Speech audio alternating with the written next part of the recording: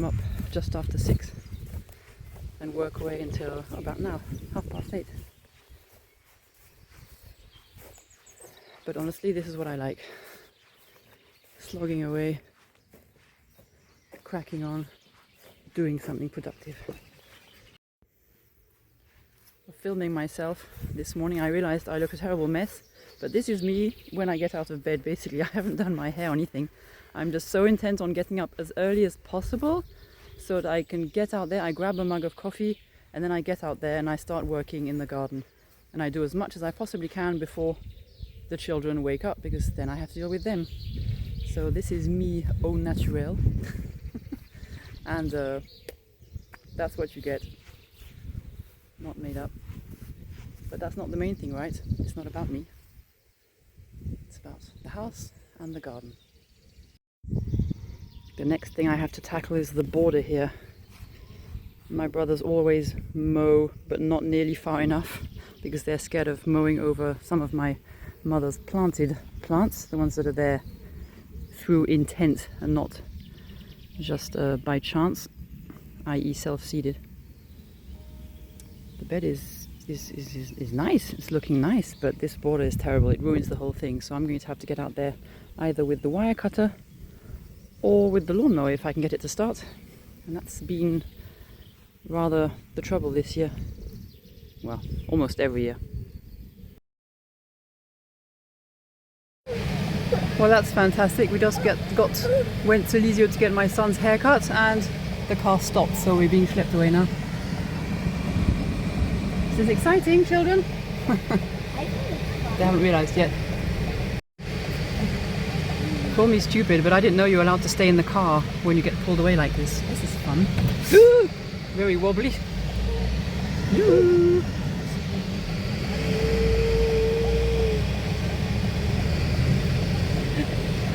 It's nice. It is quite fun, isn't it? You're red as a beetroot, sweetie. It's 37 degrees today. I don't like the idea of not seeing where I'm going, though. At least we got the windows down, the AC's on, and the rest of us are not quite as boiling hot as they were, right?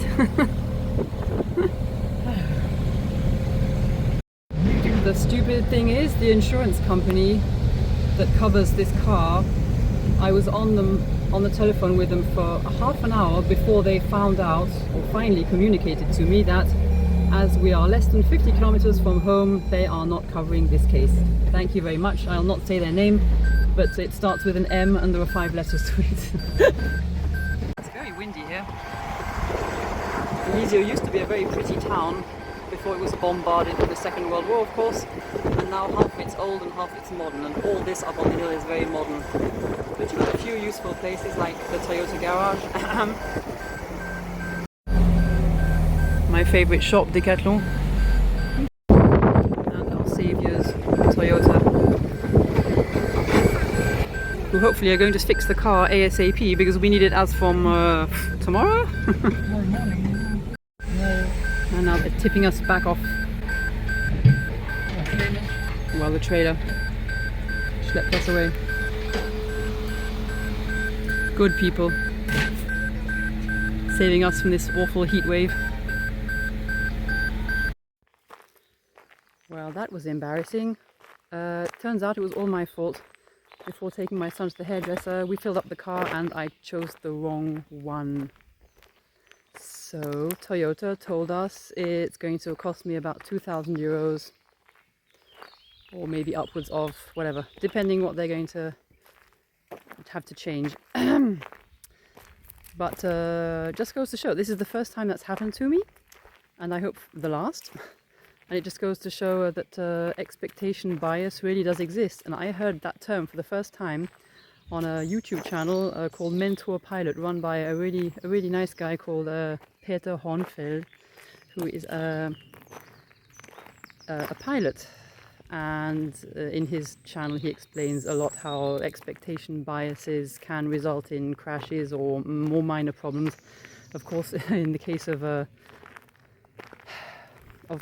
planes, well, they're responsible for a large number of people, which wasn't the case here, but this was a minor problem. It just goes to show expectation bias does exist. I wasn't driving my car. I filled the car with something. I just thought it's stupid. I even opened the cap that opens when you want to fill your car, and I checked if something was written inside, and there were several things written. It was written E5 and then something else, and then diesel was written with a big red cross across it, and I just didn't see the cross. That's expectation bias. If you're thinking, okay, I'm just going to check, but I think I know what I have to put in my car, and that's all you see. You just want a confirmation, and you just don't see things which are there, obviously put there to stop you making stupid mistakes. So that was my stupid mistake of the day. And it's going to cost me a lot of money. So if you happen to be on the point of filling your car, think again. Are you sure that's what you want to put in your car? Anyway, embarrassing.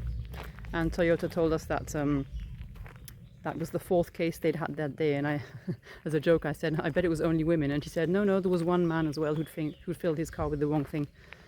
So there you are. Goes to show it can happen to anyone. But hugely embarrassing for me, obviously. And expensive too. So right now we don't have a car. We're going to have to think what other means of transport we have. We have 2 bicycles. Well, as it turns out, it only cost about half of what Toyota had announced to start with, which is just as well. Although it doesn't make an awful lot of difference because I don't have the money, not at this very moment. So my brother Philip has kindly paid the bill, and I'll reimburse him when I have it. And yeah, I didn't send a video last week, although I intended to. That's because I was desperately trying to hide my children's faces in the video, and it's just not working for me with Power Director.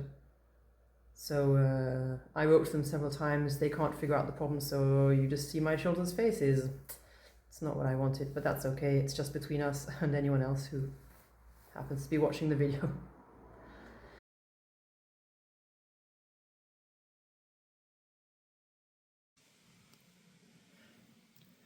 This is the window from our guest room, which has over the years developed a bit of a humidity problem, as you can tell by the massive hole in it.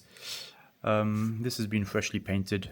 The paint had basically was coming off by patches, and I think that this putty had come off enough here that water was basically trickling in between the window pane and the putty, and was just stagnating and damaging the wood, making it rot. So all of this I could just scratch away with a very, very blunt knife. Bits just literally coming out on their own. And if we look around the other side, this is where you can really see the amount of damage that was done. All of this, we're talking about a fair amount, quite a lot of wood that just came off completely. There's probably still a bit around here, but so for the moment I'm just going to patch this up with basically some kind of wood paste. Long term, I'm going to have to basically cut this bit of wood off, replace all this section, same here. Cut off this, make a new bit of wood, probably 2, I don't know.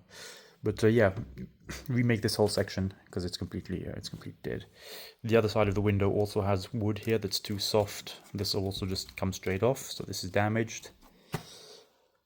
So yeah, paint your windows regularly, keep them in a good state, and make sure the putty's fresh and doing its job. And the reason that we're only filling holes, as it were, at the moment, instead of doing a big job on all the windows, is precisely because there are 16 windows, and we have been told reliably by our menuisier, so the carpenter, the one who put the parquet down, that the problem we have on this one window, and that's the worst one by far, is probably going to be the case on a number of windows. And as we have 16 windows that size and a number of other small ones, rather than getting him to come back to do each one individually, we're saving up. It's quite a budget. I mentioned this in another video, and we're just saving up so we can get all the ones that are that have this problem all done at the same time. And it'll take the time it takes, but I'm not going to touch the windows. I'm willing to let Philip have a go at putting putty on and filling the holes as best he can, scratching out all the gunk, and a really good big job is going to be done at some future time. Maybe towards the end of the year or the start of next year, who knows. Oh, and our donkey got out, so we went to fetch him quickly and put him back in his place. This happens several times a year. Donkeys are just far too clever for us. Strawberries have perked up no end. Now this looks like a horrible massive mess, but this sage under there, all it needs is a go around with the lawnmower and it'll look brand new. And I am going to go and collect some of these poppy seed heads. These seed heads are gorgeous. Hold on, can I get... Yep, I'm going to get this one off. If I can. Oh, crikey. Put that down there. Save it. Collect the seeds. They get much bigger given the right conditions. The seed head is pretty enormous though. There they are again, infested with little insects, knocking themselves out. And they get bigger than that. Just in front of the pigeon tower. Good morning, pig.